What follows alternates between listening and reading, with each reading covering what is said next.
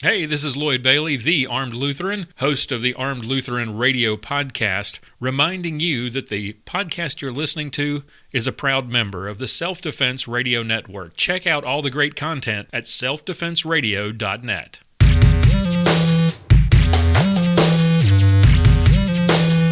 Welcome to Unload and Show Clear, the podcast about all things IDPA. And now, here's your host, the only man to shoot the same non-threat 4 times at Nationals, Lloyd Bailey. Welcome to another episode of Unload and Show Clear. All too often, gun owners and gun culture are portrayed in the worst possible ways in the media. This podcast aims to counter that narrative by shining a light on the members of gun culture who are involved in IDPA, International Defensive Pistol Association. Now, while IDPA members make up just a tiny fraction of the overall gun-owning public, I think they're a representative cross-section of that demographic. From all walks of life, rich, poor, and in between, young and old, men and women, patriotic, caring, friendly, and outgoing. And this podcast is about them. Today, you're going to meet one of these awesome people. But first, I want to thank our good friends, G4G Guns. After surviving an attempted kidnapping and having co-workers robbed at gunpoint, Patrick and Cassie Coburn decided to get a gun for protection, and that led them to teach others about the need to protect themselves and to be proficient with firearms, and that led to the creation of G4G Guns. It's an amazing store and an even more amazing website where you can shop for any gun, ammunition, accessories, from the comfort of your own home and buy without any gimmicks or credit card fees. If you want the personal touch, visit their store at 175 Bear Road in Van Alstyne, Texas, or stop by and see them at a gun show near you on the weekends. They're great people. They offer great service, great prices, an amazing selection, and no hidden fees or gimmicks. Check them out at g4gguns.com. That's G4G guns.com. G4G Guns, the galaxy for great guns. G4gguns.com. Our guest today is Brian Ehrler from Mansfield, Texas. Brian, welcome to the show. Hey, thanks, Lloyd. Great to be here. Well, tell us a little about yourself and what you do for a living there in Mansfield. Well, I actually work as a consultant here in Mansfield. I do a lot of work on behalf of the federal government, and I basically write a lot of reports each month. So that is my very boring day job. For my afternoon and evening jobs, I serve as IDPA's area coordinator for Texas, New Mexico, Colorado, Nebraska, Oklahoma, Arkansas, and regular Kansas. Holy cow, that's a huge area. I thought Texas was big enough. They pile them all in together, do they? Yeah, we have IDPA has been kind of regrouping the states and redoing some of the area coordinator areas and kind of doing it based on the number of matches that occur in each area. And if you look at that it sounds like a very big geographic area, but it's a lot of the areas that I travel to shoot matches. Okay. So where did, just to get a little background on you, where did your interest in guns and shooting come from? Were you raised around guns, or is that something you developed later in life? Oh, my lucky stars. Well, like most people, I started out with a BB gun, which quickly turned into a Crossman pellet gun, and I thought I was the big cheese on the street because I bought a .22 caliber pellet gun rather than that .177 wussy caliber. And I spent a lot of my youth shooting a variety of things, all kinds of, we grew up on a farm, so there were all kinds of hazardous animals that did not like the chickens and the sheep and things like that. So there was a lot of shooting going on there. I spent most of my misspent youth with my friends trying to figure out who could shoot those little green army men off our rock wall at about 20 yards. So, like most normal youth who grew up with a gun, we had all kinds of fun things to do. So it was like IDPA in miniature, only the targets were green and about 1.5 inches tall. Right. So how did you go from 22 rifles and plinking? What was the first gun that you bought for yourself? What was your first one? Oh, geez, I'm so ashamed. I bought a Ruger 94, I think, like way, way back in the, I would say late 80s, early 90s. And I thought that was going to be something amazing to shoot. And then I realized there is a lot of skill involved with a handgun. As kids, we grew up with rifles and shotguns. Transitioning to a handgun was a whole different ballgame. I still remember taking it out to the range and thinking, yeah, I can hit this Coke can at like 10 paces, no problem. And yeah, I think I emptied the magazine twice before I hit it once. So it was a rude awakening. Then then I found out about 1911s and NRA Bullseye, and boy, I did that for several years. Never really got good at it, but got really good at shooting stuff at a long distance. Gotcha. So where did you get introduced to IDPA and action shooting? Well, I moved to Texas, and so I grew up in Illinois, which is it's kind of a communist state. I kind of agree with Mark Twain when he describes Illinois, and he talks about it's the land of small towns with people with even smaller minds. So, as a small-minded person, I moved to Texas in the 90s. And, when I got down here, there was a lot of different shooting things to do, but not so much as much on the hunting and things of that nature. Illinois, it's very wide open. You can pretty much go hunting for deer and squirrels and all kinds of other good things to eat up there, pretty much anywhere you want. Down here, it's pretty much lease land. So I did not get a whole lot of hunting in and things like that. So I really didn't do too much with firearms through probably the late 90s. Into the early 2000s, I started shooting some USPSA. A friend of mine drugged me along to a match, and it was kind of some fun stuff. And I thought, oh, cool, I can get out that old rusty handgun that I have and try that out again. So, I dug out a couple handguns that I had owned. And by that time, I owned like a USP9. I owned 2 or 3 1911s. And I owned a revolver that I had bought at one time or another because I thought it would be really cool to have a Webley-style revolver. But I ended up buying the Smith & Wesson version. So I had a Smith & Wesson that I used. I had a Smith & Wesson 686 that I used for steel for a while. And I thought, this will be cool. I'll be the USPSA champion king. And coming into the massive D class in about the year 2003 was great. So, how did you get introduced to IDPA? So I did USPSA for probably 4 or 5 years. I shot just a couple of local matches that were here. It was some fun stuff. It was fun talking to some of the people. I met a couple of people that did IDPA, and I went and checked it out for the first time, I think, around 2007, late 2007, early 2008. So, and we went to the illustrious, now infamous Winchester Shooting Gallery over there in Fort Worth, which is an extremely small indoor range. It is as dank and dusty as you can imagine, but boy, did we have some fun there. And do you remember your first IDPA match? The first local match that you went to? That was a Winchester Shooting Gallery match. It was it was interesting. It was I shot with Cross Timbers Action Shooting. At pretty much at that time, they had ran that business kind of out of a shoebox. So it was you showed up, you paid your $5 match fee, you paid your $7 or $8 range fee, and away you went. And I can still remember thinking, yeah, we're gonna draw, we're gonna shoot, we're gonna run. This will be easy. And all I'd ever really done at that point is just a little bit of USPSA, which got me kind of out of square range mode. So, I knew what the mechanics of it were. It was a little different. That and the guy yelling cover behind me. So. Right.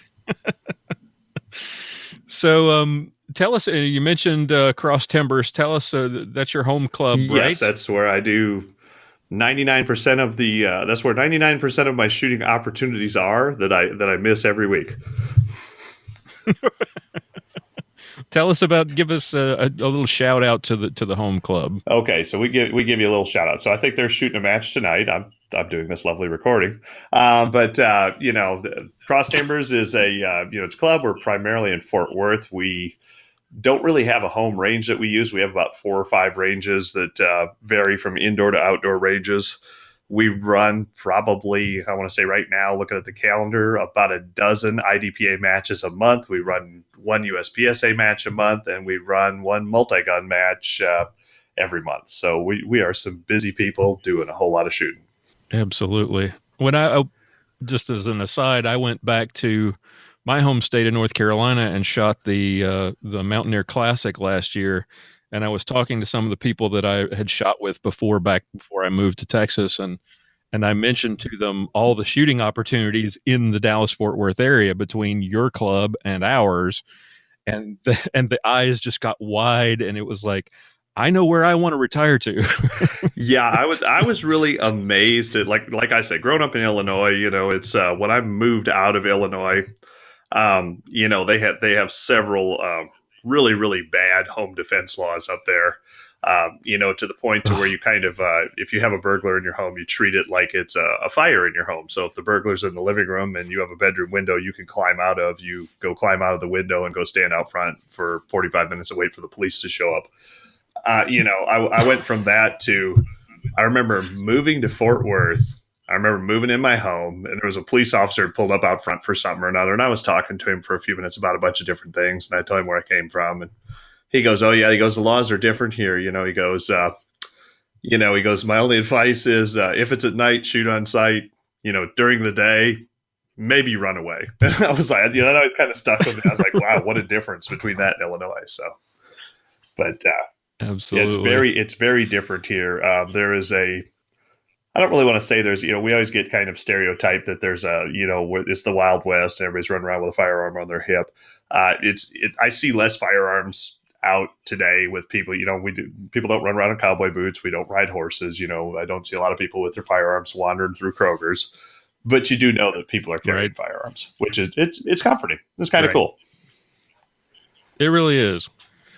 So how long after you started shooting IDPA before you shot that first sanction match? Oh, holy cow. So let's see. I started in 2008. I became a safety officer in late 2008, which I still remember my safety officer instructor telling me this will ruin the game for you. And it's like, oh, great. Because you learn every one of the 1,000 rules and when to yell cover and all that good stuff back at that time.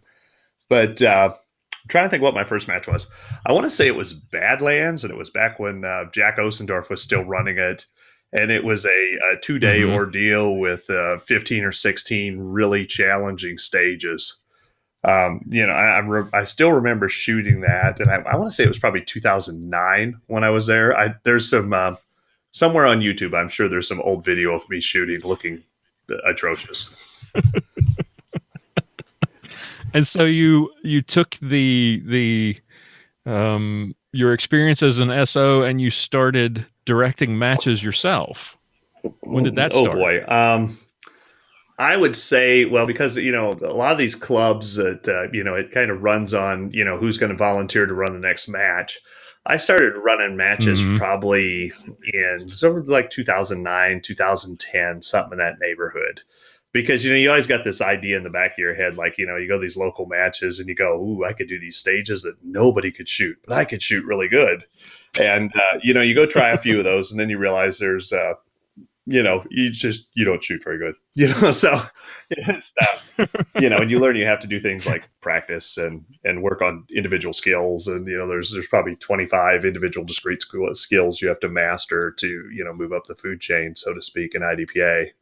But it's probably 2009, 2010. How long after that were you directing your first sanction match? Oh, holy smoke. Let's see. So, we had before Lone Star started. So Lone Star is kind of our big IDPA match that we run every year. And I want to say we are in our 6th year of Lone Star, something in that neighborhood. I don't know here. Hold on one second. I'm going to step 5 feet away. I'll be right back to the microphone. Sure. 2012 was our first Lone Star. There we go. Had to go look at something that was on the wall over here. Okay. So it was 2012. But before that, we had several of these, what I want to call like a nervous cat match, or like what you'd call now like a tier 2 match. We talked about doing a big match. We had a lot of people who were naysayers who, freaked out about it, didn't want to try it, didn't want to do it. I remember having several of these I think we called them like a trophy match or something of that neighborhood. And we invited our club, and then we invited some people that you'd be familiar with from Collin County IDPA, which is kind of club next door. And some of the clubs from down in Central Texas to come up and participate in this trophy match. And I think we had a whopping probably 50 shooters, which to us was about, 1.5 times the size of our regular local match. And, we made trophies, and we had Fuzzy's tacos for lunch, and, Fuzzy's, we learned lessons in catering. The caterer will bring a bunch of to-go food out there, but they don't necessarily bring silverware, plates, napkins, those type of things. Real fun to make tacos with pocket knives. But, we got through it and we survived. And then we thought, we might be able to do this bigger. We need a little more planning. So 2012 was our first rendition of Lone Star, which we actually did out in it was out near Runaway Bay, Texas, which is Bridgeport area, west of town. There was a big range out there that we actually, or ranch out there they use as a range. And we set it up and ran 10 or 12 stages, and it was a great time.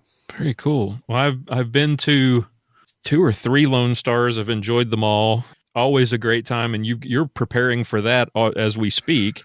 Talk about the preparation that goes into putting on a match the size of Lone Star. Oh, holy smokes. So there is, it is like the Rose Bowl parade. So generally the day the match ends, you take a nap for about a month, and then you get started on the next year's match. And so I would say somewhere 10, 11 months out, you have to figure out who's going to run the match. Do you have enough secondary senior staff, which is not necessarily safety officers or CSOs or anything of that nature, but people that you need in the background to help you out. I mean, it's for matches, you need to go through all the logistics of finding a place, signing a lease, getting a legal lease that's going to work for you, making sure you have all of the props you need, making sure you have shirts ordered, food ordered, hotel arrangements made, discount codes made for hotels paid for safety officer staff, and things of that nature. There is a whole lot of logistics that goes on in the background before you even sign the first safety officer up to officiate. The officiating is always the easy part of these matches, because the officiating is about 7 days of hard work, and then you're done. Mm-hmm. The other 40 weeks of the year are chasing down leases, figuring out who's going to rent us golf carts, trying to figure out how many stages or how many bays we want to rent, how much that we can charge for the match and get away with it. What do we want to do for prizes, prize table sponsors? What kind of sponsorship deals are we going to do? What kind of title sponsorships, stage sponsorships, all these varying levels. And after 6 years of doing this, it is still just as much work as it was the first year we did it. And you were the MD for Nationals 2016 and 2017, is that right? Yes, that's correct.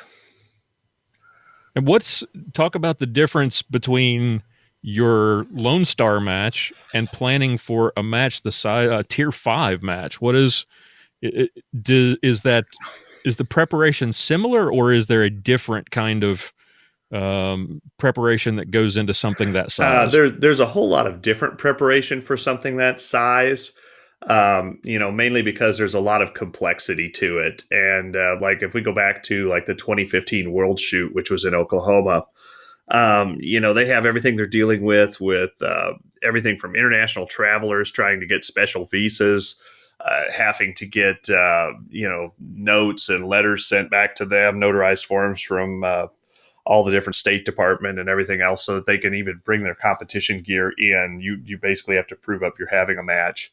But the good part about doing like the Nationals matches and the World matches is, as the MD, you're really kind of just the match official. So you're responsible for coming up with stages, and you're responsible for picking out, safety officers and chief safety officers that can execute the stages. But doing the hotel, doing the food, doing all of the registration packets, all of the shirts, retail sales, negotiations with sponsors, things of that nature, that is all handled by IDPA headquarters. And I am so glad they have, they have 4 or 5 people on staff up there that take care of that. And then Robert Ray heads all that up, and he does a marvelous job at getting all of those people lined up and all of those sponsors lined up and all of that extra logistical stuff that's beyond the match. So you were just talking about designing stages. What is your philosophy in designing a stage for a major match? Are you looking to make stages more technical or more options for how people shoot them, longer shots, tighter shots? What is your forte? What is your philosophy? Well, I like to make a good variety of stages. I mean, it's, one of the things that I don't like about USPSA is you go to a match and it's like 32 round stage, 32 round stage, 30 round stage, 32 round stage, 32 round stage, 32 round stage. It's like, wow, I wonder if 32 is the maximum number of rounds. So there's not enough variety. It's a lot of run around shooting. We try to pick out what some, basic skills are. Seated draws, sitting at a table, kind of real life events. We try to figure out some scenarios that kind of work around a theme. And then we work out from there to develop stages that actually, have a good balance of skills in them. And then, one of the things that, I've been saying recently, and I swear I'm going to trademark this, so let this be my recorded intent to trademark. As an AC, a lot of times I spend talking to MDs and I tell them, please use walls, not words, which is kind of a play off of, little children throwing a temper tantrum. You just go, please use your words, that type of thing.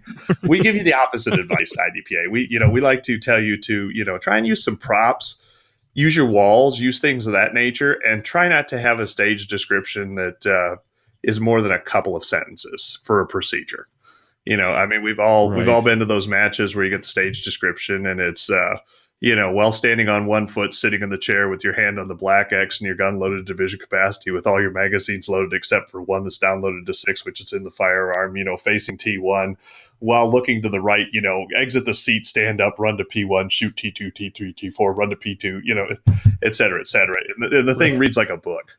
And we really try to get away from that to, get it into more of a problem-solving mode, so that the shooter sits down and it's like, anything you think you can see that you can do, go for it. You do get surprised on some of these stages because there are some very crafty thinkers out there. That there are, and one of your responsibilities as an area coordinator is to go to these matches and to look at how they're setting up their stages. Talk about the responsibilities of an AC. What does that entail? So as an AC, just like any other match, there's somebody who designs some stages, and they will take those stages and they send them into IDPA for approval, or they send them to their area coordinator for approval, depending on what the level of the match is. And then from there, we kind of start out looking through the stages, and I'll try to read the match book and just try to figure out what the basic philosophy of the match director is. What are they trying to accomplish with the stage, things of that nature. So there's a lot of paper review of the stage. And then, once that gets kind of updated, there's a lot of discussions about staff, getting proper staff, getting the proper number of CSOs, SOs, things of that nature. So there's a large bulk of work that occurs in advance of, setup day or match day. And then generally sometime after the match setup, but before the staff shoots, I really like to walk through the stages on the ground. There are a lot of things that conceptually get drawn on paper that don't make a lot of sense. A 2D you can make a lot of 2D diagrams, but they don't make a lot of sense when until you put them in a 3D space. So, I'll go out and look at a lot of those stages on the ground and things of that nature. And, just try and, again, relook at from the description, what are they asking here? What problems are they trying to solve? What is the MD trying to get the shooter to do? And then kind of work through it with the MD. And then if I can get the CSO for the stage to walk through with me, that helps out quite a bit too, because we can generally start asking questions about the stage, or I try to look at it from a shooter's point of view, so to speak, and ask the questions that a shooter would ask. And then, it goes from there to Gotcha. stage corrections and then all the way through to hopefully a nice, super smooth staff and match day where everybody is happy. And, I've learned not everybody is happy every day. So, you try to have it where it's going to be a good balance of fun and skill testing and still be a match that falls within the rules and looks like something that would be reasonably realistic. But from there, you got that. And then we have an after action process that we do once the match ends, where I will meet with the match director again. And we kind of talk about, what went well, what worked well, what didn't work, what are things you're going to improve on, what are things, what are areas where maybe you had issues, what are areas where you had good successes. And we walk through the whole match kind of in a post-mortem to try and figure out lessons learned for the match director to, repeat the process next year. So tell me, in your 8 years of directing matches, what's something that you, over the years, you've learned you wish you knew when you were just getting started, something you did when you were a baby match director that you do differently now? Okay. Well, let's see. That's like a $12 question. So there's a whole parade of things that I do differently now that, I wish I knew. I think the big thing is you can make some very elaborate, amazing looking stages. You can have, a ton of super props and movers and, poppers and I mean, all kinds of moving parts. And sometimes you learn with all that complexity, while that stage looks awesome, you are setting somebody up for an all day workhorse, beat you up stage for SOs to run.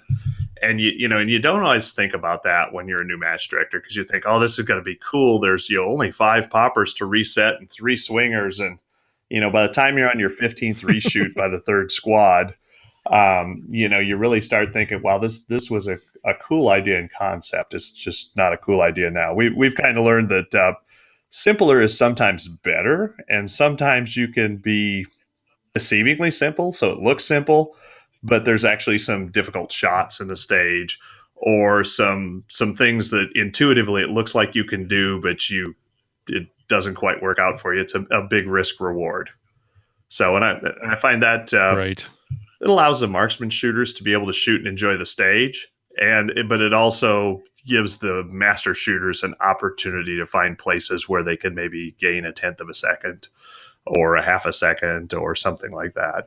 Yeah, I remember last year I shot Lone Star, and it was basically, I think, the weekend before you had run nationals. So many of the stages were still the shell of the national stages, but you'd adjusted them in a way that was, like you say, sort of deceptive in, oh, that looks like it's really going to be a much easier than I remember seeing at nationals. And then it was, whoa, that's not quite as simple as yeah. There's a lot of variety you can put into a couple of stages, and Lone Star last year was 2 weeks after nationals, so we had made a deal with the range that because nationals was here in town, that we made a deal with the range that we would rent the range for an extra weekend, so that we could leave about half of nationals set up, and then we kind of I like to say we were doing green thinking and being environmental, and we recycled some of the stages. However, when we recycled those stages, we made sure that if we didn't move walls or something, we moved a lot of the targets around, or some of them we were really tricky and we kind of moved all the walls and all the targets, but the stage looked exactly the same, but it really wasn't, so that's and there were some people who were like, oh yeah, I did awesome on this stage in nationals, and then crash bombed it, and it was they couldn't figure out really what had happened until later when they looked back at the nationals book and realized we moved 2 targets to the other side, or we put a wall up in front of something and changed the whole dynamic of it. So, but yeah, there is a lot of stage recycling.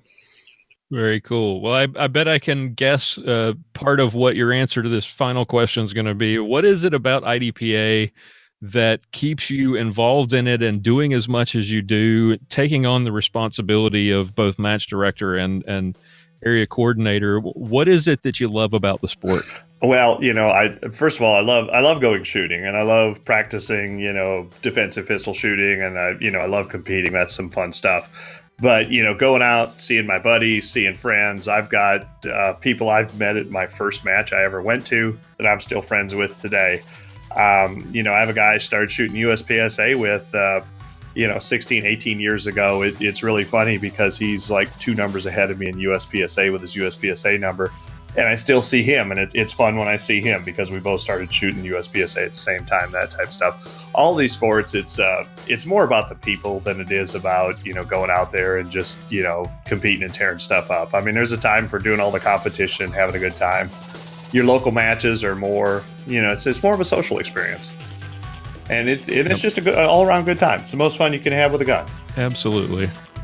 Well, Brian, thank you so much for taking the time to come on the show. I really do appreciate it, and good luck with Lone Star. Oh, well, thank you very much. And then, I'll see everybody again at next year's Nationals. All right, that's all we've got for you today. Thank you so much to our special guest for coming on the show. If you know somebody in the IDPA community who deserves some recognition, I'd love to talk to them. Send me an email at Lloyd, LLOYD, at unloadpodcast.com. Check out the show notes for today's episode and listen to past episodes at unloadpodcast.com. And if you like what you hear on the show and you'd like to support us, help keep the lights on, pay the bills, we would love your support. Visit patreon.com/unload and make a small monthly contribution to help continue what we're doing here. Tune in again next week for another edition of Unload and Show Clear.